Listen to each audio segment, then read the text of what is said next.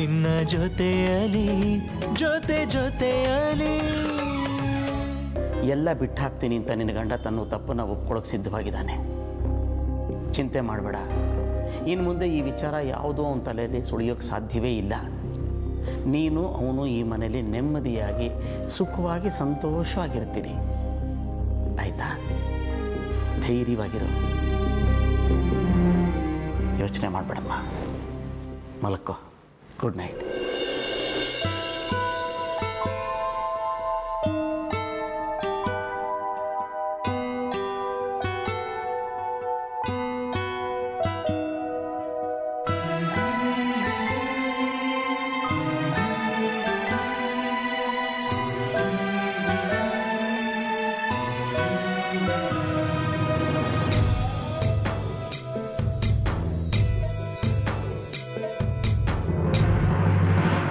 Luxury car, ಇರಕ್ಕೆ ಐಷಾರಾಮಿ ಮನೆ, ಲಕ್ಷಾಂತರ ರೂಪಾಯಿ ಇನ್ಕಮ್ ಇರೋರೆಲ್ಲ BPL ಕಾರ್ಡ್ಗೆ ಅಪ್ಲೈ ಮಾಡ್ತೀಯಾರಂತೆ. BPL ಫುಲ್ ಫಾರಮ್ ಅವ್ರಿಗೆ ಗೊತ್ತಾ ಪಾಪ ಇವ್ರಿಗೆಲ್ಲ? ಯಾವುದ್ರಲ್ಲಿ ಹೊಡಿಬೇಕು ಇವ್ರಿಗೆಲ್ಲ? ಓಹ್ ಚಾಂದ್ರಿ, ಅರೆ ನನ್ನಮ್ಮ ಬಂದೇ ಬಿಟ್ಲು. ಏನೂ ತೊಂದರೆ ಆಗಲಿಲ್ಲ ತಾನೆ? ಹೆಂಗಿದ್ಯೋ ಇಷ್ಟು ದಿನ? ನನಗೇನಣ್ಣ ತೊಂದರೆ? CM ರಂಜಿತ್ ಕುಮಾರ್ ತಂಗಿ ನಾನು. ಒಳ್ಳೆ ಎಕ್ಸ್ಪೀರಿಯನ್ಸು. ಅದಿರಲಿ ನಮ್ಮ ಚಾಂದ್ರಿ, ಹೋದ ಕೆಲಸ ಏನಾಯ್ತು? ಸಾರಿ ಪಪ್ಪ, ಹೋದ ಕೆಲಸ ಆಗಲಿಲ್ಲ.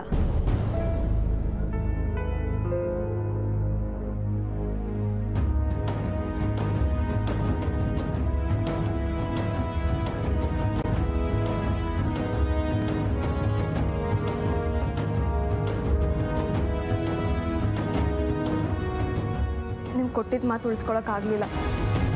ಅಲ್ಲಿ ಸಿಕ್ಕಿದ 4 ಜನ ಹುಡುಗಿರು ಅದಕ್ಕೆ ಅಲ್ಲ ಅಂತ ಗೊತ್ತಾಯ್ತು. ಅದಕ್ಕೆ ಬೇಜಾರಾಗಿ ವಾಪಸ್ ಬಂದ್ಬಿಟ್ವಿ. ಛೇ, ಎಷ್ಟು ಆಸೆಯಿಂದ ಕಾಯ್ತಾ ಇದ್ನಮ್ಮ ನಾನು. ನೀನು ಈ ಮನೆ ಸೊಸೆನ ಕರ್ಕೊಂಡು ಬರ್ತೀಯಾ, ಅದನ್ನು ನೋಡಿ ನನ್ನ ಮಗನ ಮುಖದಲ್ಲಿ ಎಂಥ ಸಂತೋಷ ಹುಟ್ಟುತ್ತೆ. ಅದನ್ನು ನೋಡಿ ನಾನು ಖುಷಿ ಪಡೋಣ ಅಂದ್ಕೊಂಡಿದ್ದೆ. ಆದರೆ ಹೀಗಾಗೋಯ್ತಲ್ಲ. ಸಾರಿ ಪಪ್ಪ, ಸಾರಿ ಅಣ್ಣ. ನೀನು ಹುಡುಗಿನ ಕರ್ಕೊಂಡು ಬರೋದ್ರಲ್ಲಿ ನಾವು ಸೋತ್ಬಿಟ್ವಿ. ಅಭಯ್ ಕೂಡ ಎಷ್ಟು ಡಿಪ್ರೆಸ್ ಆಗಿದ್ದ ಗೊತ್ತಾ? ಜೀವನದಲ್ಲಿ ಯಾರಿಗೂ ಸವಾಲೇ ಹಾಕಲ್ಲ ಅನ್ನೋ ಮಟ್ಟಕ್ಕೆ ಕುಗ್ಗಿ ಮಾತಾಡ್ತಿದ್ದ ಪಾಪ ಅವನು. ಅಯ್ಯೋ, ಮೊದಲೇ ಗೊತ್ತಿತ್ತು ಬಿಡಮ್ಮ ಅವನ ಕೈಲಿ ಕೆಲಸ ಆಗಲ್ಲ ಅಂತ. ಏನೋ ಜನಗಳ ಮುಂದೆ ದೊಡ್ಡ ಹೀರೋ ಆಗೋಕೆ ಹೋದ. ಈಗ ಹೇಳೋ ಅಭಯ್ಗೆ ಅವನಿಗೇನಾದ್ರು ಮರ್ಯಾದೆ ಇದ್ದರೆ ಅದೇ ಜನಗಳ ಮುಂದೆ ಕ್ಷಮಾಪಣೆ ಕೇಳಬೇಕು ಅಂತ.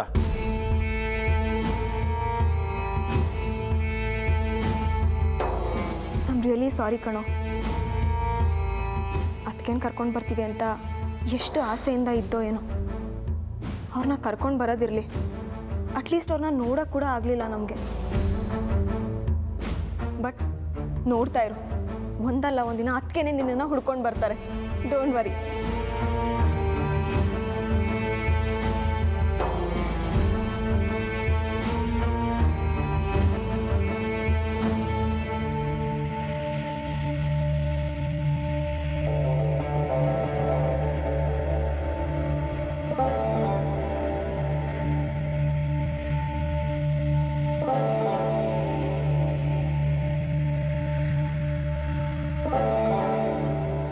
ನನಗೆ ಗೊತ್ತು ನನ್ನ ಪಾವನಿ ನನಗೆ ಸಿಕ್ಕೇ ಸಿಗ್ತಾಳೆ ಅಂತ. ಅದೇ ಭರವಸೆಲೆ ದಿನ ನಾನು ಕಾಯ್ತಿದ್ದೀನಿ. ಹಾಗೇನೆ ಅವಳು ನಿಮಗೆ ಸಿಗಲ್ಲ ಅಂತಲೂ ಗೊತ್ತಿತ್ತು. ಯಾಕೆಂದರೆ ಅವಳಿರೋದು ಕೇರಳದಲ್ಲಿರೋ ಕೃಷ್ಣಾಶ್ರಮದಲ್ಲಿ, ನೀವು ಹುಡ್ಕಕ್ಕೆ ಹೋಗಿರೋದು ಚಿಕ್ಕಮಗಳೂರಿಗೆ. ಹೇಗೆ ತಾನು ಸಿಗಕ್ಕೆ ಸಾಧ್ಯ?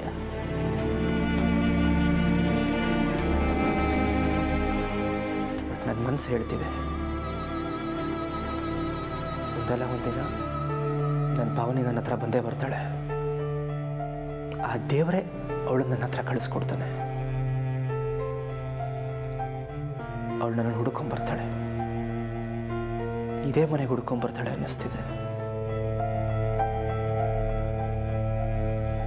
ಪಾವನಿ.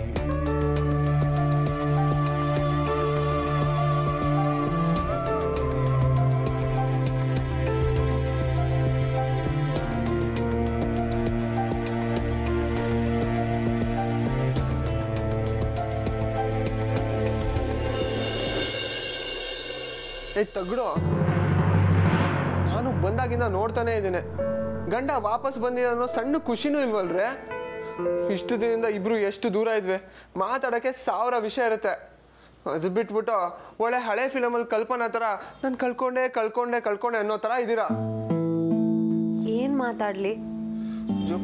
ಕೇಳಿ ತಗೊಬಂದು ಅಲ್ರಿ, ನಾನೇನೋ ದೊಡ್ಡದಾಗಿ ಸಾಧನೆ ಮಾಡೋಕ್ಕೋಗಿ ಈಗ ಸೋಲು ಒಪ್ಕೋತಾ ಇದ್ದೀನಿ. ಅದು ಒಂದು ಹುಡುಗಿ ಜೀವನಕ್ಕೋಸ್ಕರ. ಅಟ್ಲೀಸ್ಟ್ ಅದ್ರ ಬಗ್ಗೆ ಏನಾದರೂ ಮಾತಾಡ್ರಿ. ಆಯ್ತು ಬಿಡಿ, ನಾನು ಮಾಡ್ತಿರೋದು ಸರಿನಾ ತಪ್ಪ ಏನೋ ಒಂದು ಹೇಳ್ರಿ. ನಾನೇನೋ ಹೇಳಿ, ಅಪ್ಪ ಅಮ್ಮ ಎಲ್ಲರೂ ನೀನು ಹೊಗಳುತ್ತಿದ್ದಾರಲ್ಲ, ಅಷ್ಟು ಸಾಲ್ದ? ದೇವ್ರು ಏನಾದರೂ ತಪ್ಪು ಮಾಡ್ತಾರ ಹೇಳು? ಹಾಗೆ ನೀನು ರೈ ಸಾಕು ನಿಲ್ಲಿಸ್ರೆ. ನನ್ನನ್ನು ದೇವ್ರನಾಗ ಮಾಡಿ ಮೌನಿ ಮಾಡಬೇಡಿ. ಕಲ್ತರ ಎತ್ಕೊಂಡು ನನಗೆ ನಿಮ್ಮ ಹತ್ರ ಮಾತಾಡೋದಕ್ಕಾಗಲ್ಲ.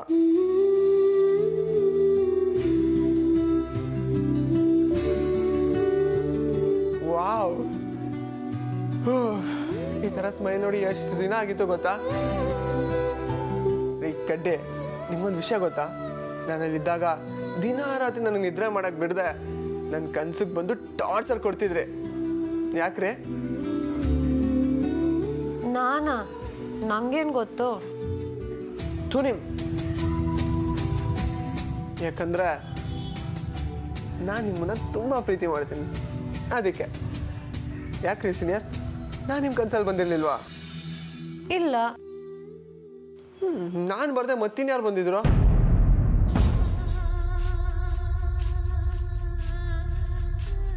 ನನ್ನ ಮಗು. ರೇ, ಇದು ಮೋಸ ಕಣ್ರೆ. ಕಟ್ಕೊಂಡು ಗಂಡನ ಇನ್ನೂ ಚೈಲ್ಡ್ ಥರ ನಿಮ್ಮ ಸರಿ ಇಟ್ಕೊಂಡು ಹಿಂದೆ ಮುಂದೆ ಓಡಾಡ್ತಿರ್ತೀನಿ. ಅಷ್ಟು ಬೇಗ ಮಗು ಬೇಕಾ? ನಾಚಿಕೆ ಆಗಲ್ವಾ? ನನ್ನನ್ನು ಬಿಟ್ಟು ಹುಡ್ದರ ಮಗು ಬಗ್ಗೆ ಕನ್ಸ ನಿಮ್ಗೆ?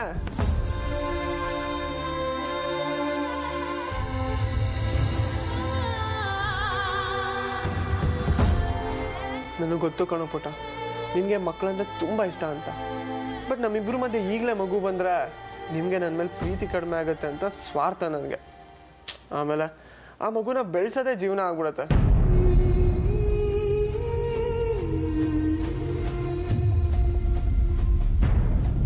ಇನ್ನೊಂದು 2 ವರ್ಷದ ಮಟ್ಟಿಗಾದರೂ ನಾವಿಬ್ಬರೇ ಪ್ರಪಂಚ ಅನ್ನೋ ಥರ ಒಬ್ಬರನ್ನೊಬ್ರು ರೇಗಿಸ್ಕೊಂಡು ಮುದ್ದು ಮಾಡಿಕೊಂಡು ಅವಾಗವಾಗ ಮುನಿಸ್ಕೊಂಡು ಆಟ ಆಡ್ಕೊಂಡು ನಮಗೆ ನಾವೇ ಮಕ್ಕಳಾಗ್ಬಿಡೋಣ. ಆಮೇಲೆ ಇದ್ದಿದ್ದೇ ಇವೆಲ್ಲ ಜವಾಬ್ದಾರಿಗಳು. ಅಲ್ಲಿವರೆಗೂ ನಾನು ನಿಮ್ಮ ಮಗು, ನೀವು ನನ್ನ ಪುಟ್ಟ ಮಗು.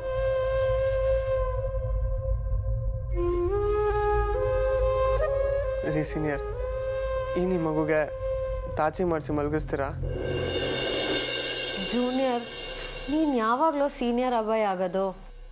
ನೀವು ನನ್ನನ್ನು ಗಂಡ ಅಂತ 100% ಒಪ್ಕೊಂಡಾಗ. ಧೀಂತಾನ ಧೀಂತಾನ ಧಿರನಾನ ಧೀನ ಧೀಂತಾನ ಧೀಂತಾನ ಧಿರನಾನ ಧೀನ ಧೀಂತಾನ ಧೀಂತಾನ ಧಿರನಾನ ಧೀನ ಧೀಂತಾನ ಧೀಂತಾನ ಧಿರನನ ಧಿರ ಧಿರ. ಸೀನಿಯರ್, ಒಂದು ಕತೆ ಹೇಳಿ. ಒಂದು ಊರಲ್ಲಿ ಒಂದು ಜೂನಿಯರ್ ಕರಡಿ ಮರಿ ಇತ್ತಂತೆ. ಅದು ತನ್ನ ಸೀನಿಯರ್ ಕರಡಿ ಮರಿನ ಬಿಟ್ಟು ತನ್ನ ಡಿಟೆಕ್ಟಿವ್ ಕೆಲಸ ಮಾಡೋಕ್ಕೆ ಅಂತ ಊರಿಂದ ಊರಿಗೆ ಯಾರನ್ನೂ ಹುಡ್ಕೊಂಡು ಹೋಯ್ತಂತೆ. ಕೊನೆಗೆ ತನ್ನ ಸೀನಿಯರ್ ಕರಡಿನ ಮಿಸ್ ಮಾಡಿಕೊಂಡು ಲವ್ ಜಾಸ್ತಿ ಆಗಿ ವಾಪಸ್ ಬಂದ್ಬಿಡ್ತಂತೆ.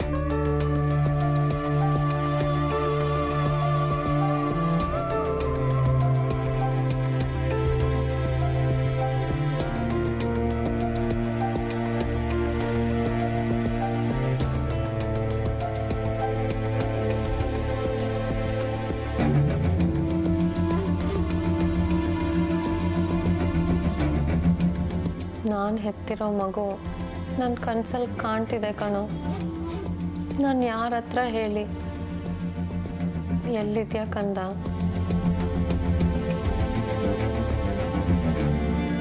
ಅರೆ, ನಾವೆಲ್ಲರೂ ಇಲ್ಲೇ ಇದ್ದೀವಿ. ಯಾರು ಪೂಜೆ ಮಾಡ್ತಾ ಇದ್ದಾರೆ?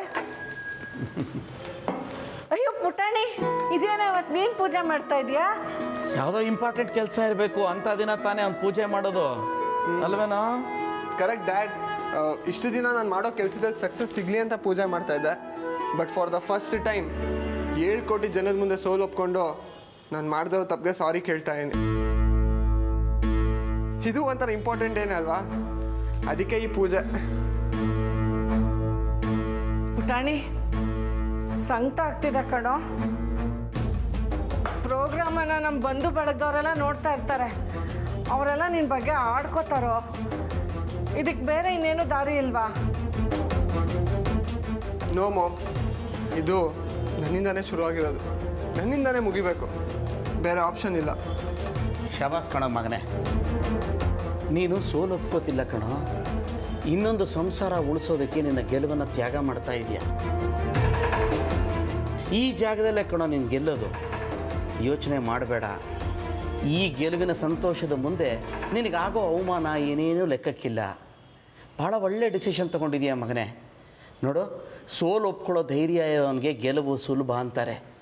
ಹೋಗು, ಚಾನಲಲ್ಲಿ ಕೂತ್ಕೊಂಡು ನಿನ್ನ ಸೋಲನ್ನು ಒಪ್ಕೋ. ನಿನ್ನ ಮನಸ್ಸಿನಲ್ಲಿ ಏನಿದೆ ಅದನ್ನೆಲ್ಲ ನಿಚ್ಚಳವಾಗಿ ಹೇಳ್ಬಿಡು. ಸರಿ ಡ್ಯಾಡ್, ಚಾನಲ್ ಮುಂದೆ ನಾನು ಎಲ್ಲ ಒಪ್ಕೊಂಡು ಎಲ್ರಿಗೂ ನೆಮ್ಮದಿ ಸಿಗೋ ಹಾಗೆ ಮಾಡ್ತೀನಿ. ಆ ರಂಜಿತ್ ಸರ್ಗೂ ಒಂದು ಸಾರಿ ಕೇಳಿ ಇದನ್ನು ಇಲ್ಲಿಗೆ ಮುಗಿಸೋ ಹಾಗೆ ಮಾಡ್ತೀನಿ. ಆಗ ನನ್ನ ಸೀನಿಯರ್ಗೂ ತುಂಬ ಖುಷಿ ಆಗುತ್ತೆ ಅಲ್ವಾ ಸೀನಿಯರ್?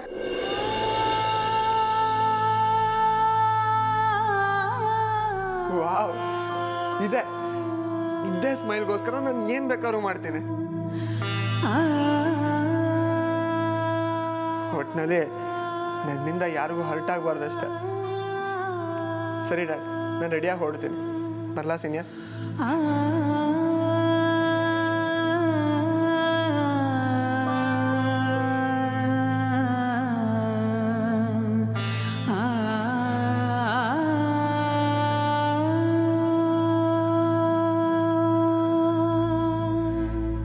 ಛೇ, ನಾನು ಎಂಥ ಪಾಪಿ. ನಾನು ಮಾಡಿರೋ ತಪ್ಪಿಂದ ದೇವ್ರಂತ ನನ್ನ ಗಂಡನಿಗೆ ಶಿಕ್ಷೆ ಆಗ್ತಿದೆ. ಸಾರಿ ಅಭಯ್, ನನ್ನಿಂದ ನೀನು ತಲೆ ತಗ್ಸೋ ಹಾಗಾಯಿತು. ಶಾಲಿನಿ, ಸ್ವಲ್ಪ ನೀನು ಬೇಗ ರೆಡಿಯಾಗೋ. ನಾವಿಬ್ಬರು ಒಂಚೂರು ಹೊರಗೆ ಹೋಗೋದಿದೆ.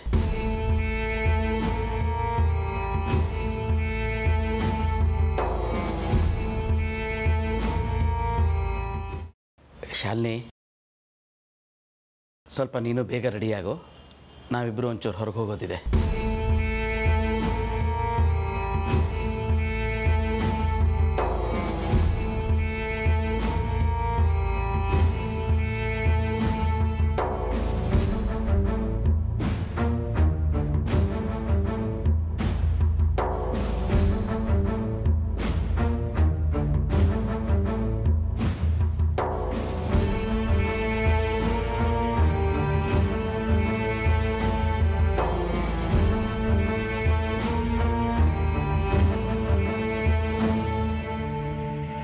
ಇಷ್ಟೆಲ್ಲ ಆಯ್ತಾ ಮಾವ?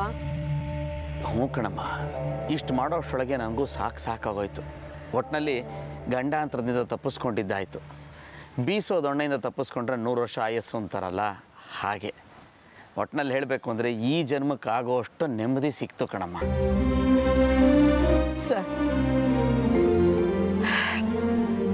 ಈ ಕಾಲದಲ್ಲಿ ಮನೆಗೆ ಬರೋ ಸೊಸೆ ಎಷ್ಟೇ ಒಳ್ಳೆಯವಳಾಗಿದ್ರು ಅವಳಲ್ಲಿ ಇಲ್ಲದೆ ಇರೋ ಲೋಪನ ಹುಡುಕಿ ಅವಳನ್ನು ಹೀಯಾಳಿಸಿ ಅವಳ ಬದುಕನ್ನು ನರಕ ಮಾಡುವಂಥ ಜನರೇ ಇದ್ದಾರೆ.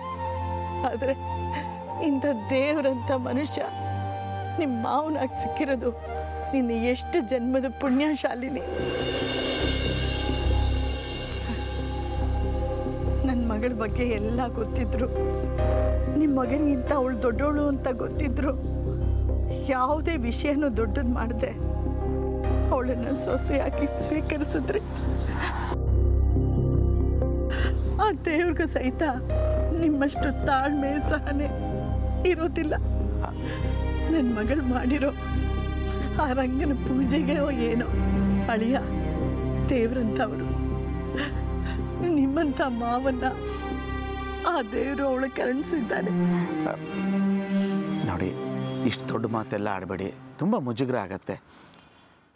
ಆಗೋಗಿದ್ರ ಬಗ್ಗೆ ಮಾತಾಡಿ ಪ್ರಯೋಜನ ಏನು ಹೇಳಿಮ್ಮ. ನಮ್ಮ ಮಕ್ಕಳ ಹಣೆಯಲ್ಲಿ ಏನು ಬರೆದಿತ್ತೋ ಅದನ್ನು ಅವ್ರು ಅನುಭವಿಸ್ತಾ ಇದ್ದಾರೆ. ಎಲ್ಲ ಚೆನ್ನಾಗಾಗತ್ತೆ, ಮರೆತುಬಿಡಿ ಈಗ ಅದನ್ನು.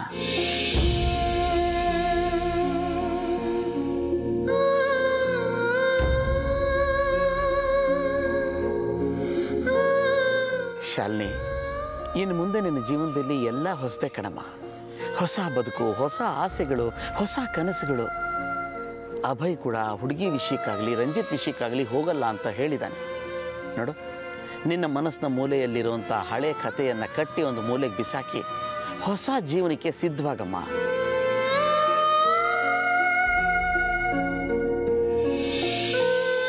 ಏನು ಯೋಚನೆ ಮಾಡ್ತಿದ್ಯಾ ಶಾಲಿನಿ? ಏನಾದರೂ ಹೇಳು ಶಾಲಿನಿ. ನೋಡಮ್ಮ, ನೀನು ಎಷ್ಟು ಯೋಚನೆ ಮಾಡಿದ್ರು ಅಷ್ಟೇ. ಸುಮ್ಮನೆ ನಾನು ಹೇಳಿದ್ದನ್ನು ಮಾಡು. ಅಭಯ್ ಸಂತೋಷಕ್ಕೋಸ್ಕರವಾರು ನೀನು ಇದನ್ನು ಮಾಡಲೇಬೇಕು. ಸರಿ ಮಾವ, ನಿಮ್ಮ ಮಾತು ನಾನು ಕೇಳ್ತೀನಿ. ನೋಡಮ್ಮ, ಇನ್ನು ಮುಂದೆ ಅಭಯ್ ರಂಜಿತ್ ತಂಟೆಗೆ ಹೋಗೋದಾಗಲಿ, ರಂಜಿತ್ತು ಅಭಯ್ ತಂಟೆಗೆ ಬರೋದಾಗಲಿ ಯಾವುದೂ ಇರಲ್ಲ. ಅದೆಲ್ಲ ಮುಗಿದೋಯ್ತು. ಅವರವ್ರ ಕೆಲಸದಲ್ಲಿ ಅವರವರು ಬ್ಯುಸಿಯಾಗಿರ್ತಾರೆ. ನೀವು ಅಷ್ಟೇ ಸಂತೋಷವಾಗಿ ನಗನಗ್ತಾ ನಿಮ್ಮ ಜೀವನನ ಕಳೆಯೋದಕ್ಕೆ ಶುರು ಮಾಡಿ. ನೀವೆಲ್ಲರೂ ಖುಷಿಯಾಗಿರೋದನ್ನು ನೋಡ್ಕೊಂಡು ನಾವು ಕೂಡ ಸಂತೋಷವಾಗಿರ್ತೀವಮ್ಮ.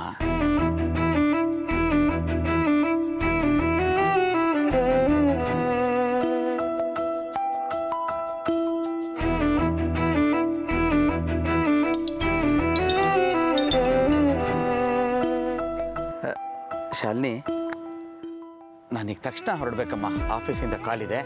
ನೀನು ಅಮ್ಮನ ಮನೆಗೆ ಹೋಗಿ ಅವ್ರ ಜೊತೆ ಇದ್ದು ಆಮೇಲೆ ಮನೆಗೆ ಬಾ. ಬೇಜಾರು ಮಾಡ್ಕೋಬೇಡಿ, ಮತ್ತೆ ತಕ್ಷಣ ಹೊರಟ್ಬಿಡ್ತೇನೆ. ಆಯ್ತು.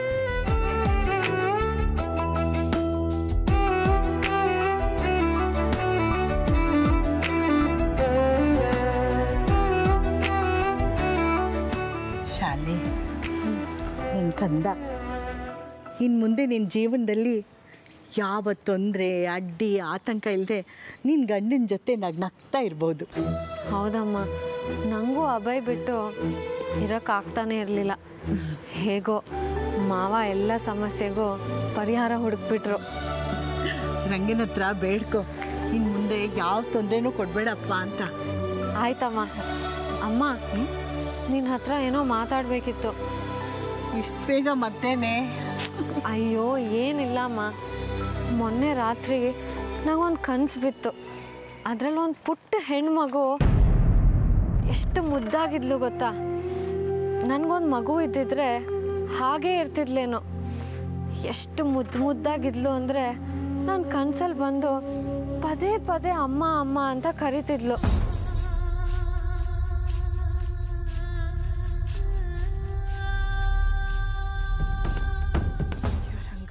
ಮೊನ್ನೆ ರಾತ್ರಿ ನನಗೊಂದು ಕನಸು ಬಿತ್ತು. ಅದರಲ್ಲಿ ಒಂದು ಪುಟ್ಟ ಹೆಣ್ಮಗು ಎಷ್ಟು ಮುದ್ದಾಗಿದ್ಲು ಗೊತ್ತಾ. ನನಗೊಂದು ಮಗು ಇದ್ದಿದ್ರೆ ಹಾಗೇ ಇರ್ತಿದ್ಲೇನೋ. ಎಷ್ಟು ಮುದ್ದಾಗಿದ್ಲು ಅಂದರೆ ನನ್ನ ಕನಸಲ್ಲಿ ಬಂದು ಪದೇ ಪದೇ ಅಮ್ಮ ಅಮ್ಮ ಅಂತ ಕರಿತಿದ್ಲು.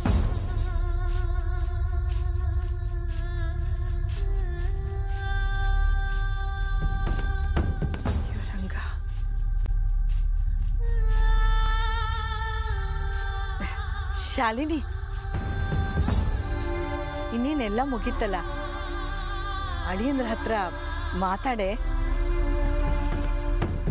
ಯಾಕಮ್ಮ, ಏನು ವಿಷಯ ಮಾತಾಡಬೇಕು? ಅಯ್ಯೋ ಕರ್ಮ ಕರ್ಮ, ಎಲ್ಲ ನಾನೇ ಬಾಯ್ಬಿಟ್ಟು ಹೇಳ್ಬೇಕೇನೆ, ಒಂಚೂರು ಗೊತ್ತಾಗಲ್ಲ. ನನಗೆ ಕನಸಲ್ಲಿ ಒಂದು ಪುಟಾಣಿ ಮಗು ಬರ್ತಾ ಇದೆ. ಆ ಮಗು ತುಂಬ ಚೆನ್ನಾಗಿದೆ, ಅಂಥದ್ದೇ ಮಗು ನನಗೂ ಬೇಕು ಅಂತ ಅಳಿಯಂದ್ರ ಹತ್ರ ಕೇಳು, ಕೊಡ್ತಾರೆ. ಅಯ್ಯೋ ಅಮ್ಮ, ನಿಂಗೊಂಚೂರು ನಾಚಿಕೆನೇ ಇಲ್ವಾ? ನಾನು 8 ವರ್ಷದ ಹಿಂದೆ ಅಂಥದ್ದೇನೂ ಇಲ್ಲ ಶಾಲಿನಿ. ಇಷ್ಟು ದಿನ ನಿನಗೆ ರಂಜಿತನ ಭೂತ ಹಿಡ್ದಿತ್ತು, ಈಗ ಆ ಮಗು ಭೂತ ಹಿಡ್ದಿತ್ತು. ಅದು ಸತ್ತು ಯಾವ ಕಾಲ ಆಯಿತು ನೋಡು. ಅದು ನಿನ್ನ ಭ್ರಮೆ ಅಷ್ಟೇ. ಈಗ ನಾವು ಮಲ್ಕೋಬೇಕಾದ್ರೆ ಏನು ನೆನೆಸ್ಕೊಂಡು ಮಲ್ಕೋತೀವೋ ಅದು ಹಾಗೆ ಕನ್ಸಲ್ಲಿ ಬರುತ್ತಂತೆ ಅಷ್ಟೇ. ನೀನು ಅದ್ರ ಬಗ್ಗೆ ತಲೆ ಕೆಡಿಸ್ಕೋಬೇಡ, ಆಯ್ತಾ?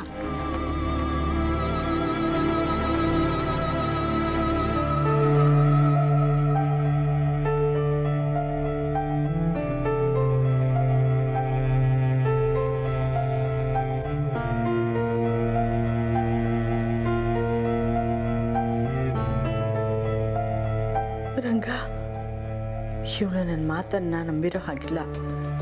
ಈ ವಿಷಯನ ಮುಚ್ಚಿಡೋಕ್ಕೆ ಆ ಪುಟ್ಟ ವಯಸ್ಸನ್ನ ಪದೇ ಪದೇ ಸಾಯಿಸ್ತಾ ಇದ್ದೀನಿ. ದಯವಿಟ್ಟು ಆ ಮಗುಗೆ ಒಳ್ಳೆ ಆರೋಗ್ಯ ಆಯಸ್ಸು ಕೊಟ್ಟು ಕಾಪಾಡಪ್ಪ. ನನ್ನನ್ನು ಕ್ಷಮಿಸು ತಂದೆ, ಕ್ಷಮಿಸ್ಬಿಡು. ಈ ವಿಷಯ ಅಕಸ್ಮಾತ್ ಶಾಲಿನಿ ಗೊತ್ತಾದ್ರೆ